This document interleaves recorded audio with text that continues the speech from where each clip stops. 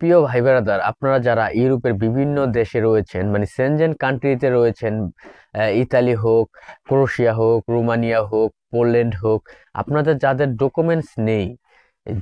Documents নেই বা ফ্রান্সে আসেন কিন্তু আপনার কোনো ডকুমেন্টস নেই, আপনারা সবাই ভালো করে জানেন, যেহেতু ইউরোপে আসেন অবশ্যই আপনার জানার কথা।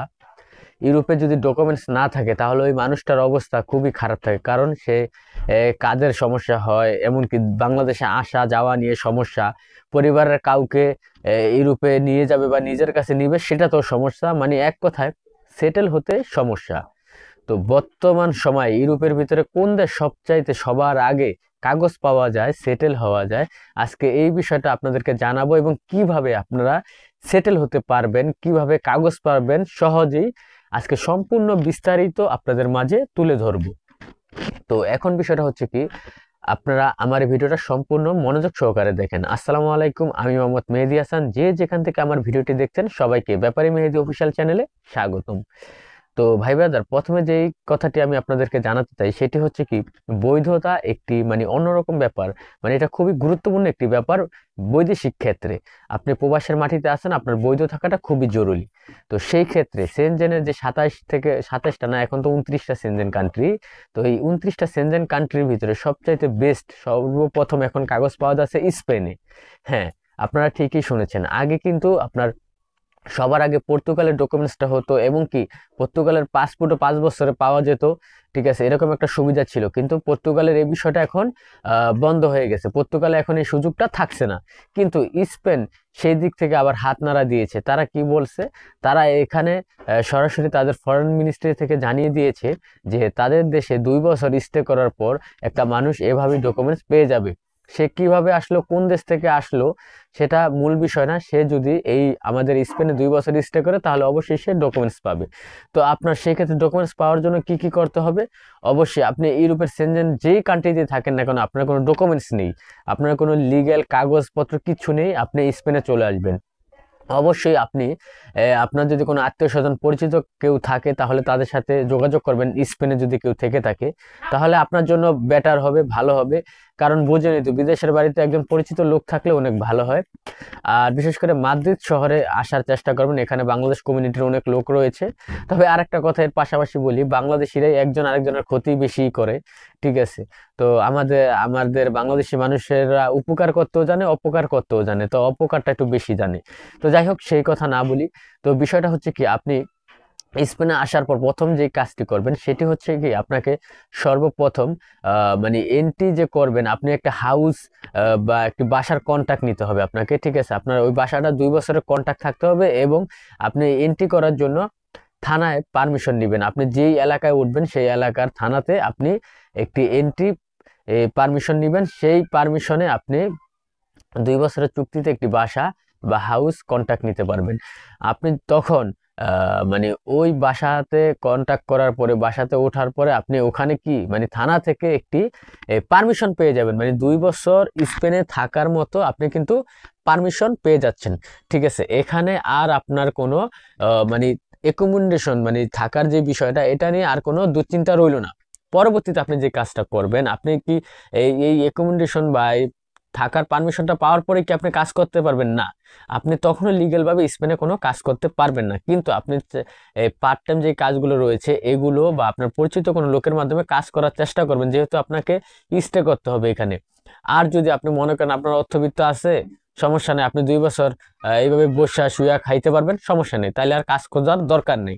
কিন্তু এই 2 বছর পার হওয়ার পরে আপনাকে অবশ্যই কি করতে হবে, আপনাকে লয়ার ধরতে হবে বা উকিল ধরতে হবে। উকিল ধরার পরে তাদের মাধ্যমে আপনি এই একজন বস ধরা, মানে একটা বস বা একটা কোম্পানির মাধ্যমে আপনার কাজের কন্ট্যাক্ট নিয়ে আপনি সেখানে মানে কাজও করতে পারবেন, সকল পারমিশন পেয়ে যাবেন। অবশ্যই আপনাকে লয়ার ধরতে হবে, উকিল না ধরা ছাড়া হবে না।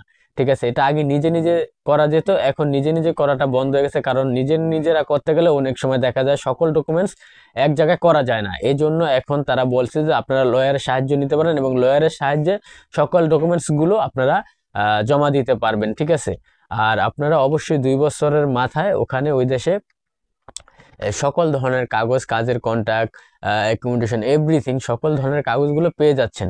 তো স্পেনে যেহেতু এত সুন্দর ধরনের সুযোগ সুবিধা রয়েছে, তো এই ক্ষেত্রে আমি মনে করি খুবই বিষয়টা বেস্ট একটা অপশন।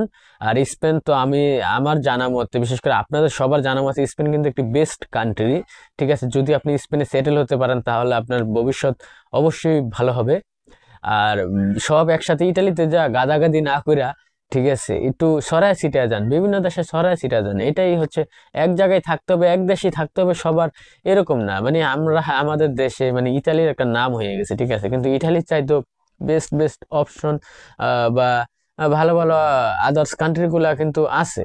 কিন্তু আসলে আমরা বাংলাদেশিরা এই যে বিভিন্নভাবে ক্রোয়েশিয়া, রোমানিয়া, বিভিন্ন কান্ট্রিতে যাওয়ার পর, পোল্যান্ড, এগুলাতে ঢোকার পরে আমরা ইটালি চুং করে ঢুকে যাই, ঠিক আছে। কিন্তু এইসব সিস্টেমে যারা গেছে, সত্যি কথা বলতে কি 97% লোকেরাই মানে এখনো কাগজপত্র পায় না। তাদের আবেদন খারিজ হয়ে যায়, বাদ হয়ে যায়, তাদের আবেদন গ্রহণযোগ্যতা পায় না, ঠিক আছে। তারা যে অ্যাজাইলাম কেস মারে, ঠিক আছে। আসলে তারা প্রকৃতভাবে যারা অন্যান্য ইউরোপের যে সেনজেন কান্ট্রিগুলোতে যায়, মানে ক্রোয়েশিয়া, রোমানিয়া, বুলগেরিয়া, পোল্যান্ড, এগুলাতে গিয়ে যারা ইটালিতে যায়, ভালো করে খোঁজ নিয়ে দেখেন। যদি আমার কথাগুলো সত্যি না হয়, আহ, আমাকে 2-4টা কথা আপনারা কমেন্ট বক্সে বললেন বাজে কথা, কিন্তু আমার কথাগুলো অবশ্যই হারে হারে মিলিয়ে নিতে পারেন। এরকম ভাবে যারা ইতালিতে যায় তারা কাগজ ডকুমেন্টস পায় না, ঠিক আছে ভাই, টাকাটাই সব না। এটা সবসময় মনে রাখবেন। দেখা যাচ্ছে যে আপনার অবশ্যই ফ্যামিলি আছে, তো আপনি বছরের পর বছর পড়ে থাকলেন, 8-10 বছর, 15 বছর, 12 বছর পার করে ফেলালেন, ইতালির কথাই বলতেছি, কিন্তু আপনি কাগজ পাইতেছেন না। এটা জীবন না ভাই, ঠিক আছে। তো সকল কিছুর প্রয়োজন আছে জীবনে, টাকা পয়সার যেরকম দরকার আছে, সেরকম পরিবার পরিজন সবাইকেই দরকার আছে, সকল কিছুই দরকার, ঠিক আছে। আশা করি আমি কি বলছি বুঝতে পারছেন। তো আপনারা চাইলে খুব সহজে স্পেনে, যেহেতু এই সুযোগটা দেওয়া হয়েছে, তো চাইলে আপনারা স্পেনে মুভ করতে পারেন যাদের ডকুমেন্টস নেই, এবং তারা খুব সহজেই এই 2 বছরের মধ্যে সকল ধরনের ডকুমেন্টস পেয়ে যাবেন। এবং যাওয়ার পর পর এন্ট্রি করলে আপনারা থাকার পারমিশনও পেয়ে যাচ্ছেন, ঠিক আছে। আশা করি আমি কি বলছি বুঝতে পারছেন। তো আপনাদের জন্য অবশ্যই আমার মন থেকে দোয়া রইলো, এবং আপনাদের প্রতি একটা রিকোয়েস্ট রইলো, বৈদেশিক বিভিন্ন ধরনের বিভিন্ন দেশের তথ্য পেতে আমার এই চ্যানেলটি অবশ্যই সাবস্ক্রাইব করবেন, এবং ফেসবুক থেকে দেখে থাকলে পেজটি ফলো করবেন। আর এরকম ভিডিও পেতে আমাকে প্রতিনিয়ত উৎসাহ দিয়ে আমার ভিডিওটিতে একটি লাইক দিবেন। আর সর্বোপরি কথা হচ্ছে কি ভাই, আমি আবারও বলে দিচ্ছি, মানে ইউরোপে কিন্তু আপনি সেনজেনের যেই কান্ট্রিতে থাকেন না কেন, আপনার যে লিগেলি পেপার ডকুমেন্টস, এটাই কিন্তু প্রধান, ঠিক আছে, এটাই মেন। যারা আপনার আত্মীয় স্বজন যদি কেউ ইউরোপে সেনজেনের থেকে থাকে, তাহলে তাদের কাছ থেকেও আপনি পরামর্শ নিয়ে দেখতে পারেন বিষয়টা, যে আমার কথাগুলো কি মিললো কিনা। আপনি যে ইতালি বলেন আর ফ্রান্স বলেন, স্পেন গেলেন, চলে গেলে কাজ করতে পারবেন, এটা সেটা না। হ্যাঁ, সবচাইতে বড় বিষয় হচ্ছে পেপার। তো দর্শক, সবাই ভালো থাকেন, সুস্থ থাকেন, আজ এই পর্যন্তই, আল্লাহ হাফেজ।